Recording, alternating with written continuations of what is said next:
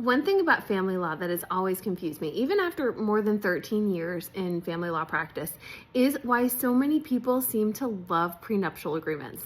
I get it, right? Like the general thing is that, okay, well, if you get a prenup and then you get a divorce, you know what to expect.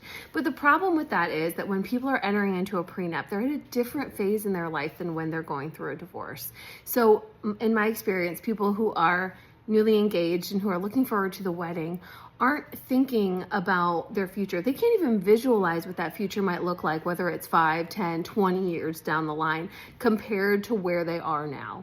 And they're not viewing it as so critical to look into the elements of divorce law that might apply in their case if they were to get married and not have a prenup. So they're not looking at how spousal support is calculated. They're not looking at how property is divided. They're just kind of negotiating in a vacuum. I find that they generally don't do it with as much knowledge as they would if they were going through a divorce, and that can be problematic. I also find that, the two wildest wild cards in divorce are spousal support and child custody, and neither one of those things can be accurately determined at the time that you get married. Spousal support has to be calculated based on your income shares. Child custody and visitation can't exist for children that don't exist yet, and in any case, it's modifiable. So I find a narcissist, right? He's gonna be the way he is, and just having a prenuptial agreement in advance is not gonna save you from the difficulties of divorce.